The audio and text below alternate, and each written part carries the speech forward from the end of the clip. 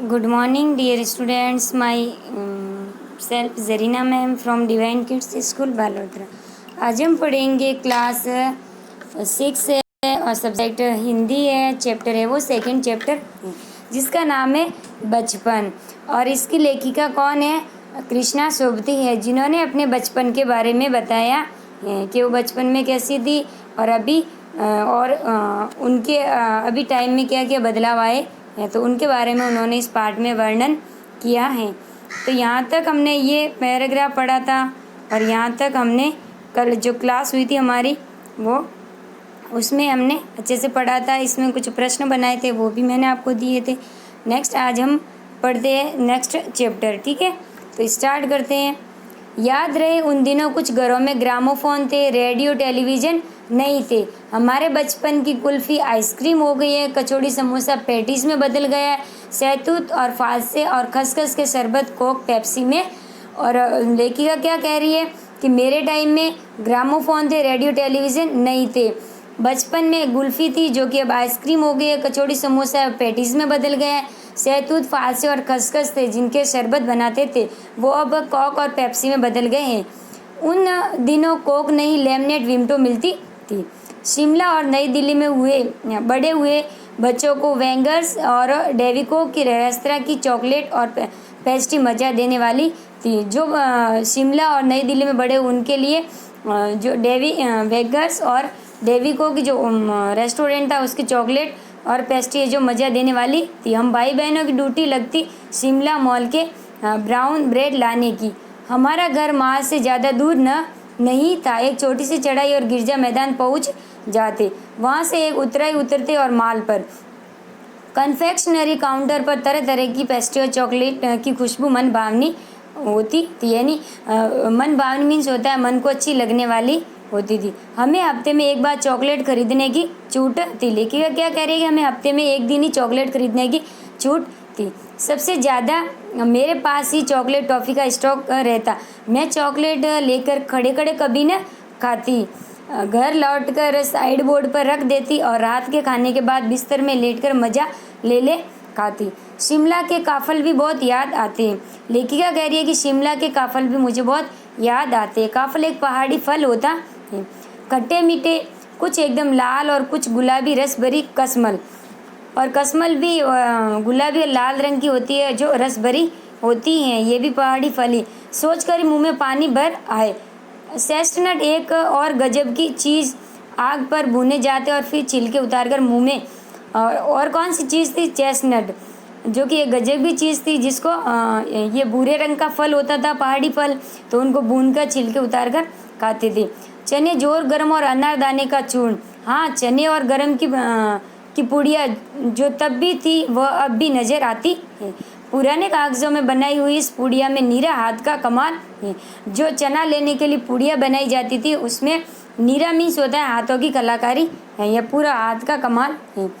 नीचे से तिरछी लपेटते हुए ऊपर से इतनी चौड़ी कि चने आसानी से हथेली पर पहुंच जाए। एक वक्त था जब फिल्म का गाना चना जोर गरम बाबू में लाया मज़ेदार चना जोर गरम, ये गाना है वो उन दिनों स्कूल के हर बच्चे को आता था। कुछ बच्चे पूड़िया पर तेज़ मसाला बुरकवाते थे। यानी बुरकवाना मीन्स डलवाना, मसाला ऊपर डालना। पूरा गिरजा मैदान घूमने तक ये पूड़िया चलती। गिरजा मैदान का होता है जो सिखों का जो धार्मिक स्थल होता है वो गिरजा मैदान कहा जाता है। एक एक चना पापड़ी मुंह में डालते और कदम उठाने में एक खास ही लय और रफ्तार थी। रफ्तार मीन्स होता है गति। छुटपन में हमने शिमला रिज पर बहुत मज़े किए, घोड़ों की सवारी की। शिमला के हर बच्चे को कभी ना कभी ये मौका मिल ही जाता था। और लेखिका क्या कह रहे, छुटपन यानी हमारे जो बचपन में है वो शिमला रिज एक जो स्थल है शिमला का, तो वहाँ पर हमने घोड़ों की सवारी की और हर बच्चे को ये सवारी करने का मौका मिलता था। नेक्स्ट है, हम जाने क्यों घोड़ों को कुछ कमतर करके समझते। कमतर मीन्स होता है किसी को कम समझना। उन पर हंसते थे। ननिहाल के घोड़े खूब हष्टपुष्ट और खूबसूरत, उनकी बात फिर कभी। और लेखिका क्या कह रही कि मेरे ननिहाल के घोड़े हैं वो बहुत ही हष्टपुष्ट और खूबसूरत हैं। शाम को रंग बिरंगी गुब्बारे, सामने जाकू का पहाड़, ऊंचा चर्च, चर्च की घंटियां बजती तो दूर दूर तक उनकी गूंज फैल जाती। लगता है इसके संगीत से प्रभु यीशु स्वयं कुछ कह रहे हैं। लेखिका कह रही है कि जो चर्च होता है ना, जो ईसाइयों को धार्मिक स्थल होता है, यीशु यानी ईसा मसीह को कहा गया है, तो ऐसा लगता है कि वो कुछ स्वयं कुछ कह रहे हैं। सामने आकाश पर सूर्यास्त हो रहा है, सूर्यास्त में सूर्य उदय अस्त हो रहा है शाम के टाइम। नेक्स्ट है गुलाबी सुनहरी धारियाँ नीले आसमान पर फैल रही हैं। दूर दूर फैले पहाड़ों के मुखड़े गहराने लगे, देखते देखते बत्तियां टिमटिमाने लगी। शाम के टाइम वो इस तरह का शिमला का माहौल हो जाता था। ठीक है, रीछ पर ही रौनक और माल की दुकानों की चमक के भी क्या कहने। स्कैंडल पॉइंट भी भीड़ से उभरता कोलाहल, यानी स्कैंडल पॉइंट है वहाँ का जो स्थल है शिमला का, तो वहाँ से भी भीड़ इकट्ठी हो जाती थी। सर्वर स्कैंडल पॉइंट के ठीक सामने उन दिनों एक दुकान हुआ करती थी। बचपन के टाइम में जो स्कैंडल पॉइंट के सामने एक दुकान हुआ करती थी, जिसके शोरूम में शिमला कालका ट्रेन का मॉडल बना हुआ था। कहाँ बना हुआ था? स्कैंडल पॉइंट के ठीक सामने एक दुकान थी, जिसके शोरूम में शिमला कालका ट्रेन का मॉडल बना हुआ था। इसकी पटरियाँ, उस पर खड़ी छोटे छोटे डिब्बों वाली ट्रेन, एक और लाल टीन की छत वाला स्टेशन, और सामने सिग्नल देता खंबा, थोड़ी थोड़ी दूर पर बनी सुरंगें। पिछली सदी में तेज रफ्तार वाली गाड़ी वही थी। लेखिका कह रही है जो पिछली सदी में नहीं, मेरे टाइम में 100 वर्ष पहले सबसे तेज रफ्तार वाली गाड़ी है वो वही थी। कभी कभी हवाई जहाज भी देखने को मिलते हैं। दिल्ली में जब भी उनकी आवाज़ आती, बच्चे उन्हें देखने बाहर दौड़ते। लेखिका दिल्ली की बात भी क्यों कह रही है, क्योंकि दिल्ली में वो बड़ी हुई थी, इसीलिए जो शिमला से और दिल्ली जो हवाई जहाज चलती थी ऊपर से, तो वो कैसे दिखती थी? दिखता एक भारी भरकम पक्षी उड़ा जा रहा है पंख फैलाकर, ये इस तरह से वो हवाई जहाज लगती। तो ये देखो, और वह गायब। उसकी स्पीड भी इतनी तेज लगती। हाँ, गाड़ी के मॉडल वाली दुकान के साथ एक और ऐसी दुकान थी जो मुझे कभी नहीं भूलती।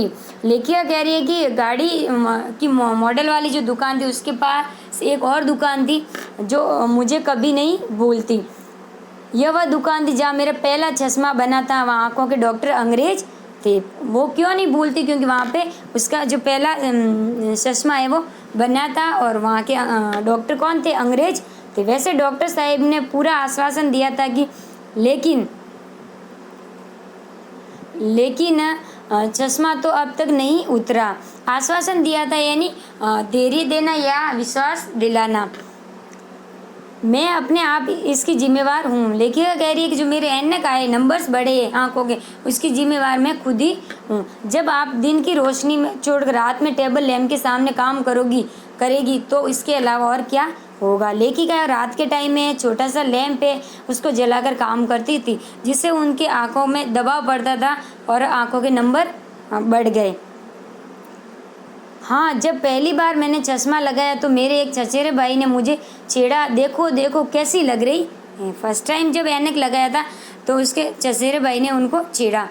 आँख पर चश्मा लगाया ताकि सूझे दूर की, यह नहीं लड़की को मालूम सूरत बनी लंगूर की। मैं कीजी मीन्स उदासी महसूस करने लगी कि मुझ पर यह क्यों दोहराया जा रहा है, पर शेर बुरा न था। जब वह चाय पीकर चले गए तो मैं अपने कमरे में जाकर आईने के सामने खड़ी हो गई। कई बार अपने को देखा, ऐनक उतारी, फिर पहनी, फिर उतारी, देखती रही।